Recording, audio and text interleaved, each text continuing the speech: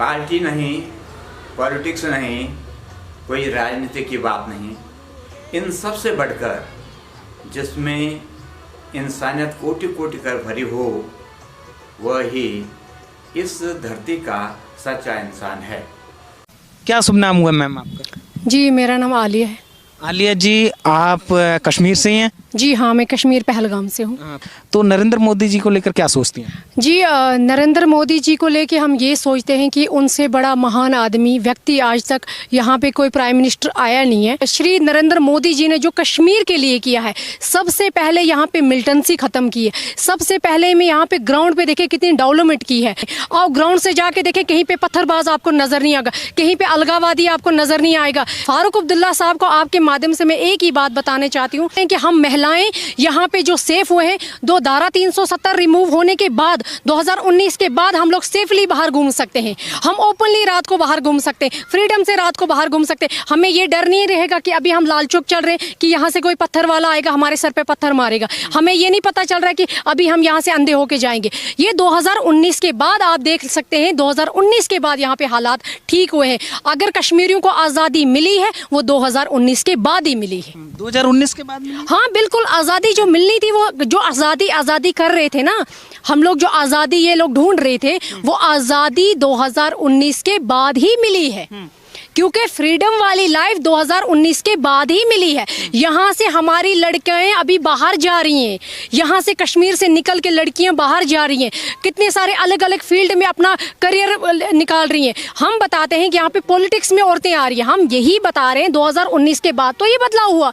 ये लोग जो इनका जो परिवार था वो अपना खानदानी राज चला रहा था, वो नहीं चाहते थे कि आम लोग, जो आम युवा हैं यहाँ के, आम युवती हैं यहाँ की, वो आगे आए, वो किसी प्लेटफॉर्म पे खड़े हो जाए। ये लोग वो नहीं चाहते थे। श्री नरेंद्र मोदी जी ने यहाँ पे धारा 370 को रिमूव किया। हम लोगों को ये डराया गया कि आप लोगों की जमीनें जो हैं उन पे जबरन कब्जा होगा, आप लोगों के जो घर हैं आप लोगों को यहाँ से निकाला जाएगा, यहाँ की जो बेटियां हैं उनको बाहर के लोग यहाँ से नरसिंहान करके ले जाएंगे। मुझे बताएं, 5 साल के बाद आपने देखा? हमने नहीं देखा कि यहाँ से कोई बाहर का आके जबरदस्ती हमारे घर पे कब्जा कर रहा है, हमारी जमीन लेके जा रहा है, हमारी बेटियों को ले रहा है। ये कहीं ना कहीं उनका जो काला राज था ना, वो राज से पर्दाफाश हो गया है। अब वो अपनी टोपी लेके घूम रहे, तभी वो सर की अब टोपी को टोपा कह रहे हैं, लोगों के पैरों में गिरा रहे हैं कि भाई साहब आप हमें वोट डालें कि हम जो सत्ता खेल रहे थे वो फिर से हम चालू कर दें। हालांकि हम कश्मीरी वो होने नहीं देंगे, क्योंकि मोदी जी एक ग्राउंड से जुड़े हुए लोग हैं।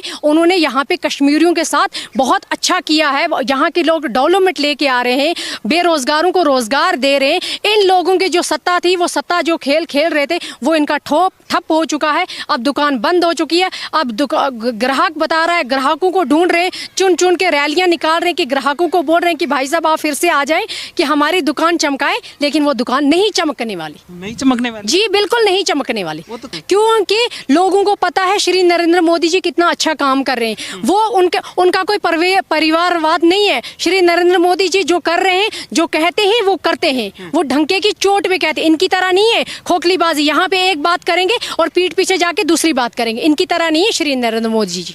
तो मतलब भरोसा है मोदी जी की गारंटी, जो अभी वादे हो रहे हैं चुनावी, तो भरोसा है, लग रहा है ये वादे पूरे होंगे? कश्मीर का जो कहते हैं कि मैं अपना परिवार मानता हूँ, बिल्कुल श्री नरेंद्र मोदी जी अपना परिवार मानते हैं। उनको हमारा दुख दर्द समझ आता है, वो हमारी फीलिंग्स को समझते हैं, हमारी तकलीफ को समझते हैं। जो हमने 30 सालों में, यहाँ के 30-35 साल हो गए हम लोगों को जो जूझते हुए, मैं कह रही हूँ हम फ्रीडम से बाहर नहीं घूम सकते थे। हमें 2019 के बाद पता लगी है कि लाइफ क्या है, लाइफ जीने का तरीका क्या है। हम जब यहाँ से जम्मू जाते थे हमें लगता कि हम फ्रीडम में हैं। हम यहाँ से जब दिल्ली जाते थे हमें लगता था फ्रीडम में। कश्मीर में हमें लगता था कि हम घुटन में बंद हैं। क्यों? क्योंकि रात को हमें आके डराया जाता था। रात को हम लोग खुल्लम, दिन को हम लोग बाहर नहीं घूम सकते थे, फ्रीडम से हम लोग चल नहीं सकते थे। हम जो पहनावा पहनते थे उस पर लोग जज करते थे। हम वही कह रहे हैं 2019 के बाद तो हमें मिली है फ्रीडम, हमें लाइफ लाइफ जीने का सत्ता मिला है कि जिंदगी कैसे जी जाती है वो। अच्छा, मैं बात करूं पाकिस्तान की, पाकिस्तान भी इस चुनाव में लगातार एक्टिव है और बयानबाजी हो रही है उधर से भी। तो पाकिस्तान के जो रक्षा मंत्री हैं उन्होंने कहा है कि 370 पर उमर अब्दुल्ला और कांग्रेस एक साथ है। तो पाकिस्तान को लेकर क्या कहेंगी? वो कहते हैं कि पाकिस्तान के जो नेता हैं वहाँ से जो बयानबाजी होती है वो कहते हैं कि कश्मीर के जो मुस्लिम हैं उन पर अत्याचार हो रहा है, उनके साथ भेदभाव हो रहा है, मोदी सरकार भेदभाव कर रही है।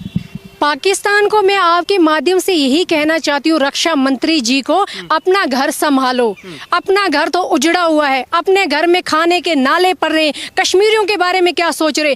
हम लोगों को यहाँ पे 400 के करीब नहीं आटा मिल रहा है। हम लोग यहाँ पे पाई पाई के मुहताज नहीं है। हमारे बच्चे यहाँ पे प्राइवेट सेक्टरों में पढ़ते हैं, प्राइवेट स्कूलों में हम अपने बच्चों को पढ़ाते हैं। पाकिस्तान में कोई पढ़ा के दिखाए? उनको तो खुद खाने के नाले पड़े हुए हैं, वो खुद भीख मांगते हैं, खुद कर्जे में डूबे हुए हैं। वो जो कर्जे में डूबे हुए वो हमारे बारे में क्या सोच रहे हैं? वो जाके अपना घर संभाले पहले, अपना जो खानदान, वहां भी तो खानदान राज चला रहे। वो जाके उन्होंने खुद का प्राइम मिनिस्टर लाके जेल में बंद किया है, वो अपना घर नहीं संभाल सकते। हमारे बारे में सोचना बंद करें।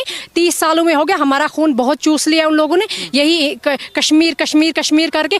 उनके पास जो कश्मीर है उन्होंने जो घुसपैठ करके हमारा कश्मीर छीना है वो भी हम वापस लाएंगे। वापस लाएंगे? जी बिल्कुल वापस लाएंगे।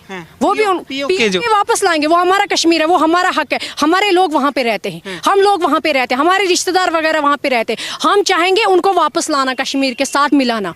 हम चाहते हैं आपके माध्यम से अमित शाह जी को ये कहना चाहते हैं, इस बार वो बिल पास करें कि PAK को अपने कश्मीर के साथ वापस जोड़े। वापस लाना है? जी बिल्कुल वापस लाएंगे, क्योंकि जो धारा 370 को रिमूव कर सकता है, जो 35A को यहाँ पे रिमूव कर सकता है, जो उसको करना होता है वही। क्योंकि हमें मोदी जी पे भरोसा है। मोदी जी जबान के पक्के इंसान हैं, जो वो कहते हैं वही वो करते हैं। वो इनकी तरह घुसपैठ नहीं करते। वो यहाँ से जाके हमारे पाकिस्तान में, हिंदुस्तान से जाके हम लोगों ने वहाँ पे जाके उन लोगों को मार के आया था। आज तक कोई माइकल लाल पैदा नहीं हुआ है कोई जो वहाँ पे घुसपैठ करके आए। वो लोग हमारे यहाँ पे घुसपैठ करते थे। उड़ी में जो उन लोगों ने किया था, हमारे जवानों को मारा था। और मोदी जी ने यहाँ पे रात को जाके उनको घर पे जाके सर्जिकल स्ट्राइक करके आए, वहां पे जाके उनको मार के आए। उनको पता चला कि कोई उनका बाप इस दुनिया में आया है, और वो श्री नरेंद्र मोदी जी। मोदी जी? जी बिल्कुल, हम मोदी जी को सैल्यूट करते हैं कि अल्लाह पाक ने और भगवान ने ऐसा इंसान पैदा किया जो जिसके अंदर इतनी अच्छी फीलिंग्स है, जिसने पाकिस्तान को मुंह की तोड़ के दी। अभी कोई पाकिस्तान वाला यहाँ, पहले बॉलीवुड में देखे कितने सारे स्टार यहाँ पे आते थे उस पार से, यहाँ का हमारा पैसा लेके वहाँ पे लेके खाते थे। और इस बार जब मोदी जी ने उनको बाइकआउट किया, मोदी जी ने उनको बाइकआउट किया कि हमारे इंडिया में आपका कोई काम नहीं है। और पाकिस्तान को मैं आपके माध्यम से कहना चाहते हैं, हम हिंदुस्तानी हैं, हिंदुस्तानी रहेंगे और हिंदुस्तानी ही मरेंगे। क्योंकि हमारे कुरान में भी यही लिखा है, क्योंकि जिस वतन का खाओ उस वतन का गाना गाओ। तो मैं आपके माध्यम से एक बात बताता चाहती हूँ कि अगर बीजेपी में कोई कार्यकर्ता कश्मीर का शामिल हो रहा है, फारूक साहब कह रहे हैं ये आपका धर्म परिवर्तन कर रहे हैं, ये आपको हिंदू बना रहे हैं। हालांकि फारूक साहब जाके आरती कर रहे हैं मंदिर में, क्या वो उस टाइम अपना उनका धर्म परिवर्तन नहीं हो रहा है? कि आम युवा अगर बीजेपी में कार्यकर्ता बन रहा है, उसको कह रहे हैं कि तुम हिंदू बन रहे हो, उसको कह रहे हैं कि तुम मजहब के, इस्लाम मजहब से तुम खारिज हो गए। कि जब फारूक साहब हिंदू को अपनी बेटी देते हैं, हिंदू दामाद आते हैं उनके घर में, जब हिंदू परिवार उनके घर में चल रहा है, तो तब उनकी कहाँ जा रही है, तब उसका इस्लाम कहाँ जा रहा है? हम आपके माध्यम से कह रहे हैं वो यहाँ के लोगों को बौखला रहे हैं, उनको ब्रेन वॉश कर रहे हैं कि ऐसा हो रहा है। हालांकि ऐसा कुछ भी नहीं है। कश्मीरी पंडितों को अपने घरों से निकाला गया। क्या तब फारूक अब्दुल्ला साहब यहाँ पे चीफ मिनिस्टर नहीं थे? क्या तब उसके वो लोग नहीं वो नसनहा रोक सकते थे? क्या जो अपने घर से जिन लोगों को रात को अपना डेरा भी यहाँ पे, अपना सामान भी छोड़ के कश्मीरी पंडितों को यहाँ पे अभी वो जिंदगी अपनी बसर कर रहे हैं जम्मू में, टेंटों में तब थे। जब हम वो एक पिक्चर बनाई गई थी कश्मीरी पंडितों को लेके, तो उसके बाद कश्मीर फाइल, उस पे इन लोगों ने कितना उसको बायकॉट किया कि ये कश्मीर की सच्चाई नहीं है। हालांकि कश्मीर की सच्चाई वही थी। मैं इसीलिए कहती हूँ कि भाजपा का अगर चीफ मिनिस्टर यहाँ पे आएगा, वो यहाँ पे डेवलपमेंट लेके आएगा, वो यहाँ पे गरीब बच्चों के लिए, गरीब बच्चियों के लिए सोचेगा, आम युवताओं के लिए सोचेगा। जो आदमी खुद ऐश की ज़िंदगी जी रहा है, उसको क्या पता कि गरीबी क्या है? गरीब को पता है जिसको रात को खाने का नहीं होता। अमीर आदमी को क्या पता? जो लाखों करोड़ों की गाड़ी में घूम रहा है, उसको क्या पता कि गरीबी क्या होते हैं? तो वही कहीं ना कहीं ये लोग बौखलाहट में कुछ भी बोलेंगे। आप बौखलाए हुए लोग हैं, बौखलाहट में तो कुछ भी बोलेंगे।